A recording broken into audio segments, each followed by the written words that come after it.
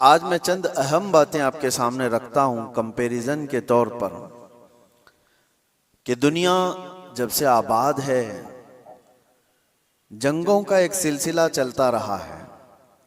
इंसानों में आपस में लड़ाइयाँ होती रही हैं, लेकिन तारीख उठाकर देखें तो तकरीबन सारी लड़ाइयों के पीछे जो रीज़न है, जो सबब है, जंग किस मकसद से हुआ करती थी, तो उन मकासद में अगर आप गौर करेंगे तो सबका एक हासिल हुआ करता था, तख्त को हासिल करना, हुकूमत को हासिल करना, या माल हासिल करना, या हसीन औरतों को गुलाम बनाना, बांदी बनाना। ये दुनिया का निज़ाम रहा है, इसीलिए जंगें हुआ करती थी। या अगर ये चीज़ें ना हो तो फिर इंसान की जो अंदर की गैरत है, तकब्बुर है, गुरूर है, वो चीज़ उसे जंग करने पर आमादा करती थी। बस यही रीज़न है, बाकी कुछ नहीं मिलेगा। आप एक कबीले की दूसरे कबीले से, एक ख़ानदान की दूसरे ख़ानदान से, एक मुल्क की दूसरे मुल्क से लड़ाइयाँ हैं, तो उन लड़ाइयों में, उन जंगों में आप रीज़न तलाश करेंगे सबब के किस बुनियाद पर है। तो या तो वो ज़मीन का हासिल करना है, टुकड़े को हासिल करना है, या तो फिर उस इलाके के ज़रख़ीज़ हिस्सों के ऊपर अपना कब्ज़ा जमाना है, या तो फिर वहाँ के लोगों को ग़ुलाम बनाकर अपने अंडर में रखना है। यही सारी चीज़ें हैं पूरी दुनिया में, पहले से यही चलता आ रहा है। और लगभग आज भी अगर आप दुनिया पर नज़र डालेंगे तो यहाँ पर भी जंगों का एक मकसद यही दिखेगा आपको। हाँ, या तो फिर कोई अपने आप को दादा कहे, बाबा कहे, कोई अपने आप को सुपर पावर कहे, और उसके बाद फिर दूसरों को मनवाने की बात कहे कि मेरी हर बात तुम्हें माननी पड़ेगी। दूसरा नहीं मानेगा, अगर आंख भी दिखाया तो फिर जंग हो जाएगी। अगर वो कमजोर है, गरीब है, तो फिर जंग हो जाएगी।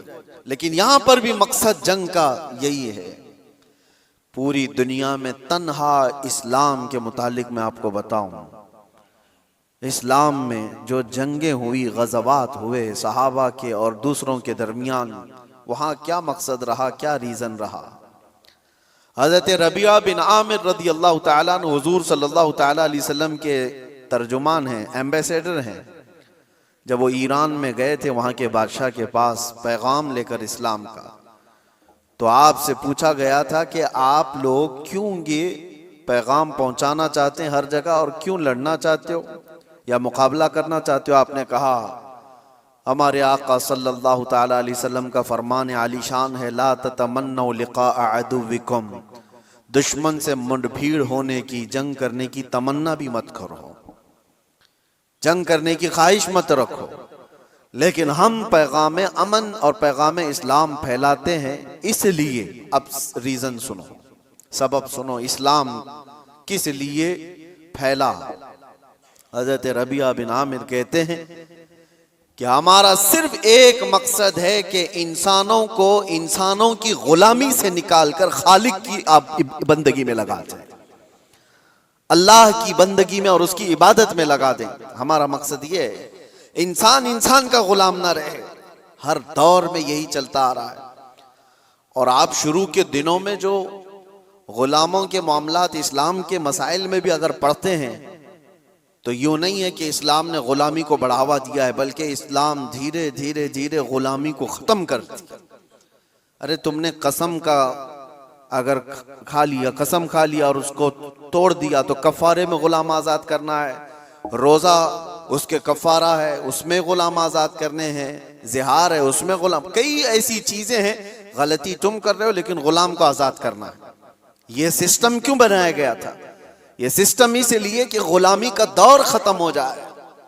और इस्लाम ने जो कुछ भी गज़वात हुए, जंगें हुई, वो सिर्फ और सिर्फ अल्लाह तबारक व तआला की ज़मीन पर उसके अहकाम के निफाज के लिए। दूसरा रीज़न उन्होंने बताया था कि जब कभी जंग करने का हुक्म हमें उस वक्त तक नहीं है जब तक किसी कौम के ऊपर कोई ऐसा जालिम आ जाए जो वहां के लोगों का जीना धोबर कर चुका हो, उनको सांस लेने की भी दिक्कत आ गई हो, तो फिर इस्लाम कहता है कि अल्लाह तबारक व तआला की मखलूक को आसानी पहुंचाने के लिए और जालिमों से नजात दिलाने के लिए फिर उसके लिए जंग होगी। तो जंगों का जो रीजन है, वो मकसद है, वो अल्लाह तबारक व तआला की जमीन को फसाद से साफ करने के लिए ही सिर्फ एक रीजन आपको मिलता है, ये इस्लाम में। बाकी दूसरी जगह आप जहां पर भी देखेंगे, दूसरे मुल्क पर, दूसरी कौम पर हमला करना है तो वहां के माल को लूटना है, वहां की जमीन को हासिल करना है, वहां की बादशाहत को लेना है, वहां के इलाकों पर अपना कब्जा जमाना है। अगर इलाकों पर कब्जा जमाना ही होता हर जंग करने के बाद, तो आपको मैं बताऊं, खालिद बिन वलीद ने 125 जंगें लड़ी, 125 जंगें लड़ी और कई इलाके फतह किए। क्या हर इलाके को फतह करने के बाद खालिद बिन वलीद ने अपनी बादशाही का ऐलान कर दिया कि आज के बाद से इस इलाके का मालिक मैं हूं, इस इलाके का बादशाह मैं हूं? नहीं। पूरी तारीख उठा करके आप देखें, कितने ऐसे सहाबा हैं जिनको सिपह सालार बना करके भेजा गया, उन्होंने इलाके के इलाके फतह किए, लेकिन अपनी बादशाही का ऐलान उन्होंने नहीं किया, बल्कि हमेशा से यूं ऐलान किया कि मैं रसूलुल्लाह सल्लल्लाहु तआला अलैहि वसल्लम के गुलामों का एक अदना गुलाम, और अमन के लिए इस जमीन को फसाद से साफ करने के लिए मैं यहां पर आया हूं। मोहम्मद बिन कासिम 19 साल की उम्र में हिंदुस्तान आया था। आपको पता है, मोहम्मद बिन कासिम सबसे पहले 10,000 का लश्कर लेकर के जब आया था, वो भी हिंदुस्तान क्यों आया था? हिंदुस्तान में जुल्म इस तौर पर एक राजा दाहिर सिंह ने और उसके गुंडों ने कुछ औरतों को कब्जा में ले लिया जो हज के सफर पर जा रही थी, और औरतों का माल भी लूट लिया, उनको कैद में रख दिया गुंडों ने। उन औरतों ने गुहार लगाई, कुछ लोगों ने उन औरतों की ये बातें सुनी और अरब के उस वक्त के गवर्नर जो थे हज्जाज बिन यूसुफ के पास ये खबर सुना रहे थे। हज्जाज बिन यूसुफ का भतीजा मोहम्मद बिन कासिम 19 साल का, उसने ये खबर सुनी कि इतनी दूर कुछ औरतों पर कुछ जालिम गुंडे जुल्म कर रहे हैं। उसने वहीं से आवाज लगाई, लब्बैक या उख्ती, ऐ मेरी बहन, मैं आ रहा हूं तेरी मदद के लिए। और उस जमाने में 4000 किलोमीटर का सफर करके आने वाला, जंगलों का सफर, दरियाओं का सफर, पहाड़ों का सफर, 10,000 का लश्कर लेकर एक जवान आया है। और फिर उस जमाने में मौजूद इन गुंडों और इन जालिमों को जो औरतों के हुकूक की पामाली कर रहे थे, ललकार करके कहा। फिर मुकाबला हुआ, 3 दिन तक ये लड़ाई चली थी। उसके बाद वो सारे गिरफ्तार हुए और राजा की भी गद्दी चली गई, तख्त चला गया, सब खत्म हो गया। एक 19 साला लड़के ने अमन का परचम लहराया था, लेकिन रीजन क्या था, मकसद क्या था? जुल्म से इलाके को साफ करना। और उसके बाद एक बड़े पंडित हैं इलाहाबाद यूनिवर्सिटी के, वो रिसर्च स्कॉलर भी रहे, और लिखी हुई उस मौर्रिख की किताब में से आपको मैं बताऊं, मुसलमानों की लिखी हुई तारीख की बात नहीं कर रहा, पंडित ने लिखा है, हिंदू पंडित हैं, उन्होंने लिखा कि मोहम्मद बिन कासिम जब आया तो उसने साफ ऐलान किया था, इस इलाके में रहने वाले जिसको जिस चीज पर अमल करना है वो आजाद है, कोई मेरा नौकर नहीं है, कोई मेरा गुलाम नहीं है। और अदल ऐसा कायम किया था कि पूरे इलाके वालों ने अपने सर आंखों पर उसको बिठा रखा था, 19 साल के जवान को, क्योंकि लोग राजाओं के जुल्म से तंग आ चुके थे। देखा था उन्होंने किस तरह से किसी की भी औरत को उठा करके अपने हरम सरा की जीनत बना दिया करते थे। लेकिन एक 19 साला जवान जब आया तो उसने आदल व इंसाफ ऐसा कायम करके दिखाया था, हर एक ने अपनी बाहें फैला करके उसका इस्तकबाल किया था। ये हिंदू पंडित की किताब में लिखा हुआ मौजूद है, अपने नहीं, दूसरों ने इस अदल और इंसाफ के मुतालिक लिखा है। इस्लाम का रीजन ये रहा है मेरे अजीजों, दुनिया 1000 प्रोपेगेंडा फैलाए, आज तारीख के ऊपर तुम कितने धब्बे डाल करके छुपाओगे। अगर पीछे जाओ, अरब की जाहिलियत में अगर जंगें देखेंगे आप, अल्लाह की पनाह, जो मशहूर जंगें हैं वहां की, हर्ब बसूस एक नाम से जंग हुई जो 40 साल तक चलती रही। बनी बकर और बनी तगलब, ये दो कबीले थे। इन कबीलों में हुआ क्या था, बनी बकर की ऊंटनी बनी तगलब के चरागाह में आ गई थी। ऊंटनी चरने के लिए आ गई गलती से, इस पर जंग शुरू हुई और 40 साल चली थी।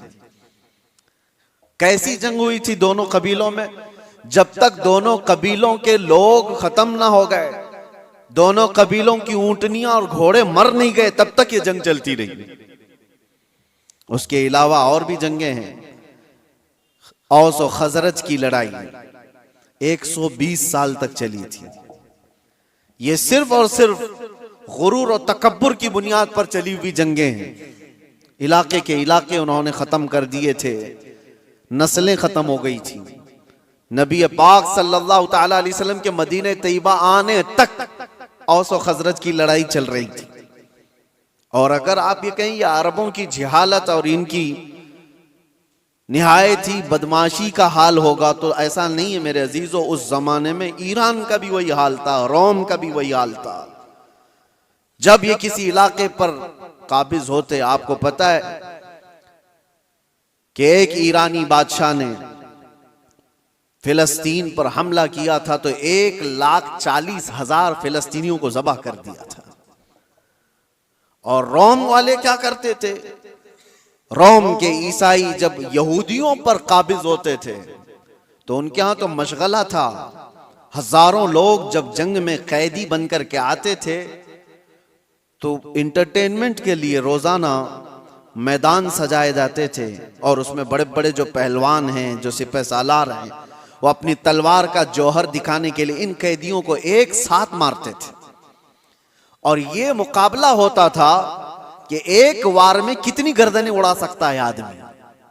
ये रोमियों का मशगला था ही उनका। जब यहूदियों को कब्जे में ले लेते थे या कैदी बनाकर लाते थे तो एक एक तलवार के वार पर 10-10 लोगों की गर्दनें उड़ाना वो समझते थे बहादुरी का जौहर है। और कहीं पर उनको इस चीज का कोई अफसोस नहीं कि इंसान किस तरह काटे जाते हैं। एक तो आपको मैं बताऊं, बहुत मशहूर एक शख्स है जिसको डार्लिंग ऑफ ह्यूमन रेस कहा जाता है। तारीख में आप पढ़ लेना, इसने क्या किया है। तकरीबन 60,000 के करीब यहूदियों को कब्जे में लेकर एक बहुत बड़े इलाके में उनको बांध दिया और जंगल के खतरनाक दरिंदे ला करके उनके ऊपर छोड़ दिए गए थे। वो नोच नोच करके खाते थे और ये लोग तमाशा देख देख कर तालियां बजाते थे। ये इंसानों की जिंदगियों के साथ जो तमाशे होते रहते थे, ये ईगो, ये उनका तकब्बुर, ये उनका गुरूर, किसी मफतूह कौम पर, मगलूब कौम पर वो अपने गुस्से की तमाम चीजें निकाल दिया करते थे। जब कभी किसी पर काबिज हुए, बैतुल मुकद्दस को कितनी मर्तबा खून में नहलाया गया आपको पता है।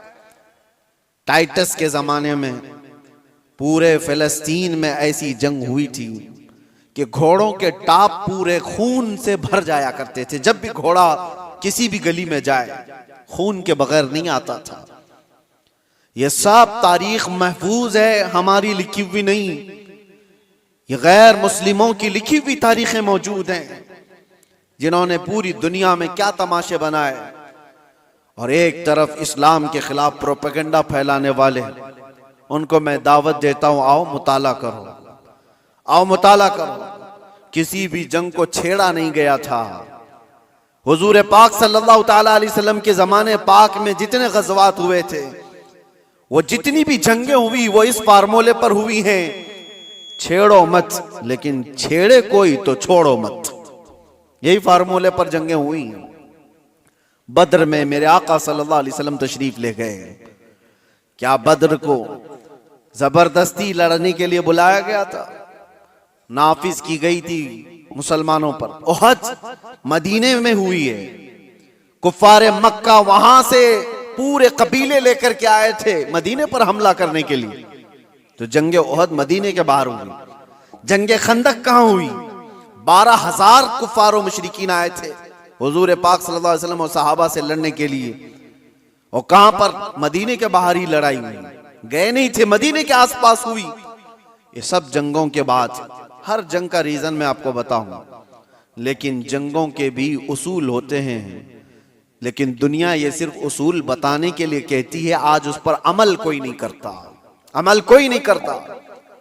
आप क्या समझते हैं ये जुल्म और बर्बरियत जो कुछ भी दुनिया में हुई किसी खास कौम के साथ है? सब कौमें इसमें मुलव्विस हैं, सब कौमें मुलव्विस हैं।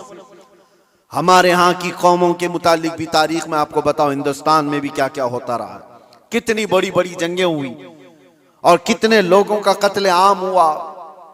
राजाओं के, महाराजाओं के तख्त हासिल करने के लिए एक दूसरे की लड़ाइयों में कितने गिरजाघर तोड़े गए, कितने मंदिरों को तोड़ा गया, कितने माबदों को तोड़ा गया, ये सब चीजें तारीख में मौजूद है। लेकिन दुनिया इन सब से आंख बंद करके एक तरफ टारगेट की हुई है, सिर्फ इस्लाम, जबकि सबकी तारीखें भरी हुई। आपको अगर तारीख पढ़ना है तो आप उठा करके देखें किस राजे ने अपने तख्त बिछाने के लिए कितने लोगों को उस तख्त के नीचे दबाया है। आपको पता है ये जो पिरामिड्स बने थे उसके मुतालिक भी यही कहा जाता है, अहरामात मिस्र फराइना ने, वहां पर वो एक एक पत्थर पता नहीं कितने हजार किलो का है, इस तरह से वो जो बनाए गए उसमें हजारों ने लाखों लोगों की लाशें खत्म हो गई हैं, कितने लाखों लोग मर गए उसमें। बादशाहों का निजाम यही रहा है, अपने हुसूल के लिए, अपने जाह के लिए, अपनी तलब के लिए इंसानों का कत्लेआम किया है, इंसानों का कत्लेआम किया। और जो वर्ल्ड वार फर्स्ट और वर्ल्ड वार सेकंड जो हुई इसकी भी तारीख उठा करके आप पढ़ो, किस लिए जंगें हुई आपस में। ये तो ज्यादा दूर नहीं है ना, 1920 1940 के बीच में, ये ज्यादा दूर नहीं हुई, अभी 100 साल पहले की बात आपको बता रहा हूं। फर्स्ट वर्ल्ड वार और सेकेंड वर्ल्ड वार में जो लोगों की मौतें हुई हैं, फर्स्ट में तकरीबन 3 करोड़ लोग मारे गए हैं, करोड़, 1 2 100 200 1000 2000 की बात नहीं कर रहा हूं, 3 करोड़।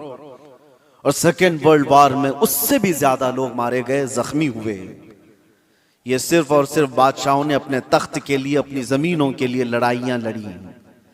और टोटल मेरे आका सल्लल्लाहु अलैहि वसल्लम ने अपनी जिंदगी पाक में 17 गज़वात में शिरकत फरमाई। कितने? 17 गज़वात में। और टोटल 17 गज़वात को मिलाएंगे तो 252 लोग मरे थे, इसके अलावा नहीं। 17 जंगों की जो लिस्ट बताई जाती है मेरे अजीजों, लेकिन फिर भी दुनिया को एतराज है इस्लामी जंगों से। आपको मैं बताऊं, जंगों के उसूल होते हैं, उसलूब होते हैं, तरीक़ेकार होते हैं, लेकिन किसी ने अमल नहीं करना है उस पर। गुआंतानामो बे जेल के मुतालिक सुना होगा, अबू गुरैब जेल के मुतालिक आपने सुना होगा, अमेरिकी लोगों ने जो इराक जंग के बाद वहां के कैदियों के साथ सलूक किया है। यह हमने नहीं है, ह्यूमन राइट्स की तंजीमों ने लिखा है, इसको तारीख में मौजूद है। कैदियों को लिटा करके उनके ऊपर कुत्ते छोड़ दिए जाते थे, कैदियों को बांध करके उनके मुंह पर पेशाब किया जाता था और उनको गलाजत खाने पर मजबूर किया जाता। इंसानियत से गिरे हुए हरकतें। एक जालिम जब नशा के गुरूर में आता है तो ऐसी हरकतें करता है, लेकिन जिसके सीने में ईमान हो वो क्या करता है? अल्लाहु अकबर।